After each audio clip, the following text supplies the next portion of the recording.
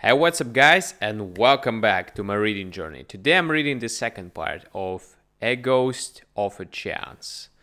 Hope you're all doing great. We're beginning. Let's do this.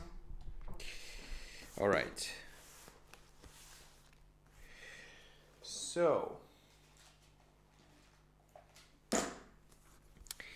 Terence was Mrs.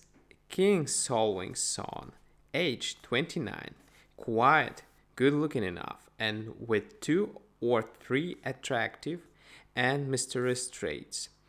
For one, he was very devoted to his mother, and that was sufficiently odd. Sufficiently odd to deserve notice. For others, he talked so little that it was irritating, irritating, and he seemed either very shy or very deep. Terence interested Mrs. Belmore because she was not sure which it was. She intended to study him a little longer, unless she forgot the matter. If he was only shy, she would abandon him, for shyness is a bore. If he was deep, she would also abandon him, for depth is precarious. Precarious.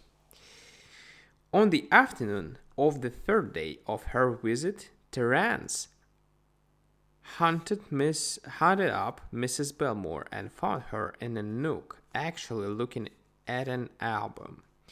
"It's so good of you," said he, "to come down here and retrieve the day for us. I suppose you have heard that Mrs. Fisher Sumpkins scuttled this ship before she left. Scuttled. She knocked a whole plank out of the bottom with the hod. My mother is grieving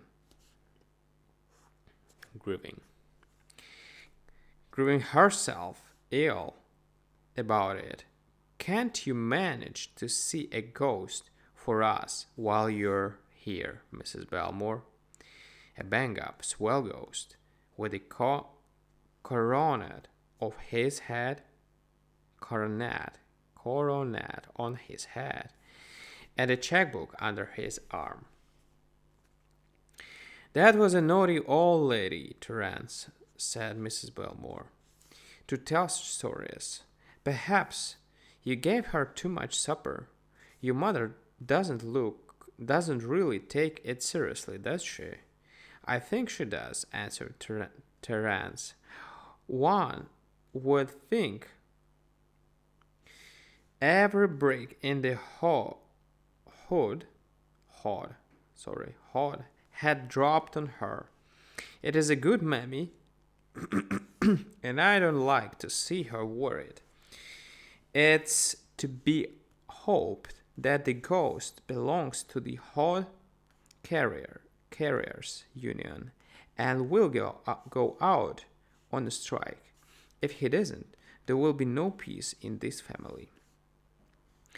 "I'm sleeping in the ghost chamber," said Mrs. Belmore pensively, "but it's so nice I wouldn't change it, even if I were afraid, which I'm not.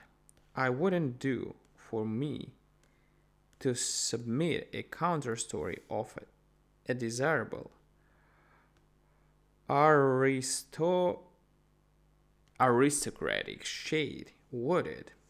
"I would do say so with pleasure, but it seems to me it would be too obviously an antidote for the other narrative to be effective." "True," said Terence,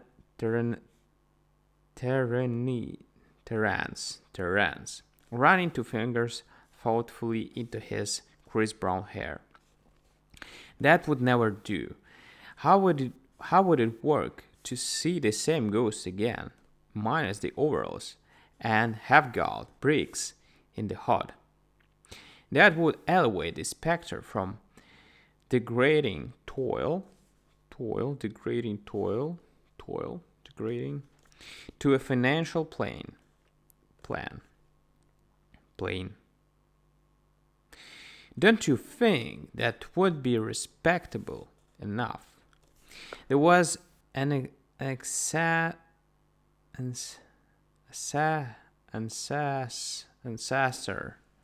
ancestor.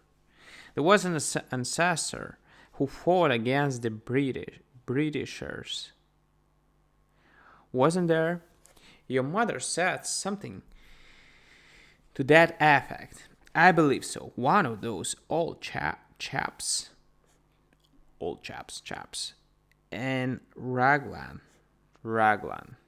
Wests, and golf trousers. I don't care.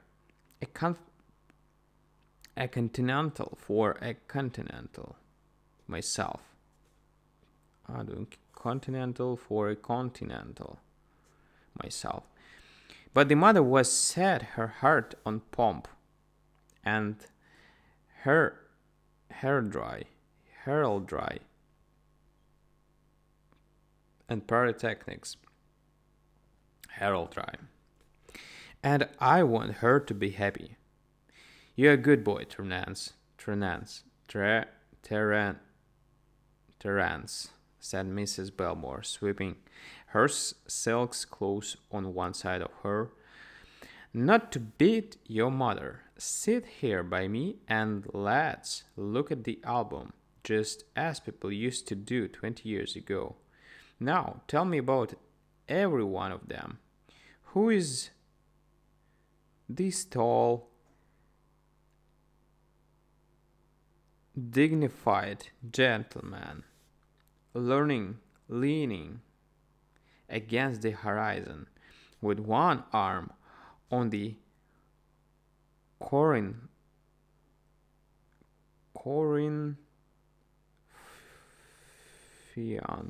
Corinthian column. Corinthian. What is this?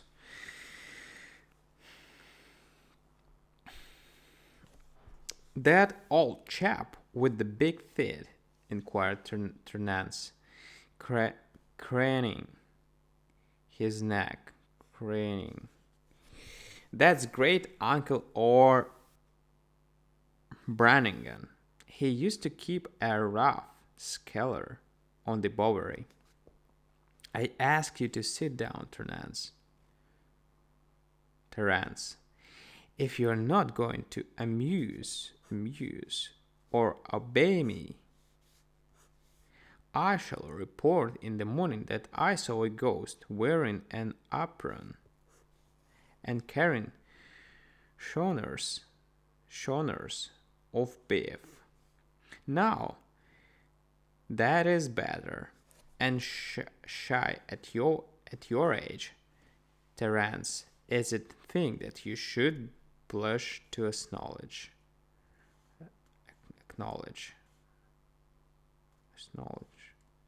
At breakfast on the last morning of her visit, Mrs. Belmore,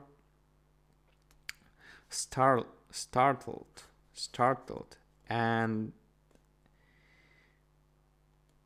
entranced everyone present by announcing positively that she had seen the ghost.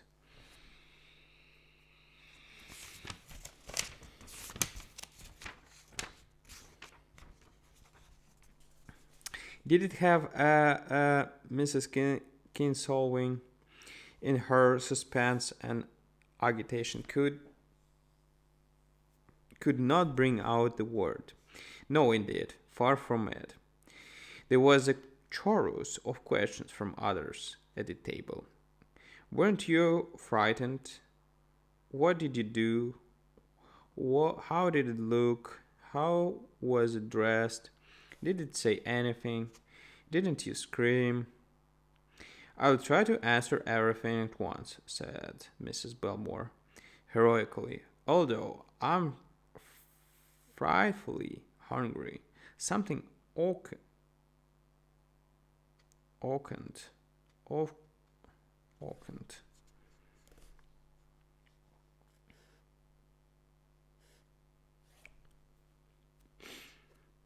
awakened me. I'm not sure whether it was a noise or a touch, and there stood the phantom. I never burn a light at night, so the room was quite dark, but I saw it plainly.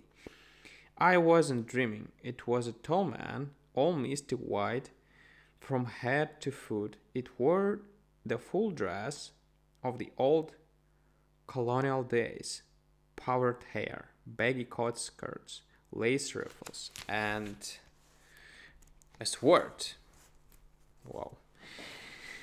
It looked intangible and luminous in the dark and moved without a sound. Yes, I was a little frightened at first, or startled, I would say.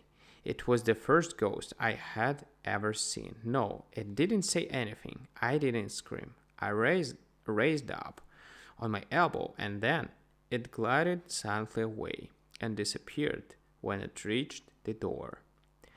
Mrs. Kinsolving was in the seventh heaven.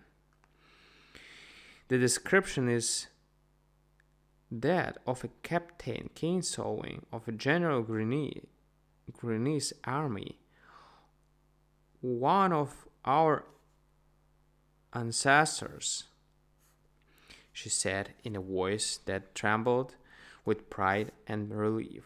I really think I must apologize for our ghostly relative, Mrs. Belmore. I'm afraid he must have badly disturbed your rest.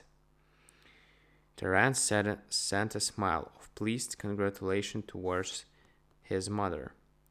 Attainment was Mrs. Kinsolving's at last, and he loved to see her happy. Happy. Alright, guys, let's continue with the third part tomorrow. Thank you for joining. Bye.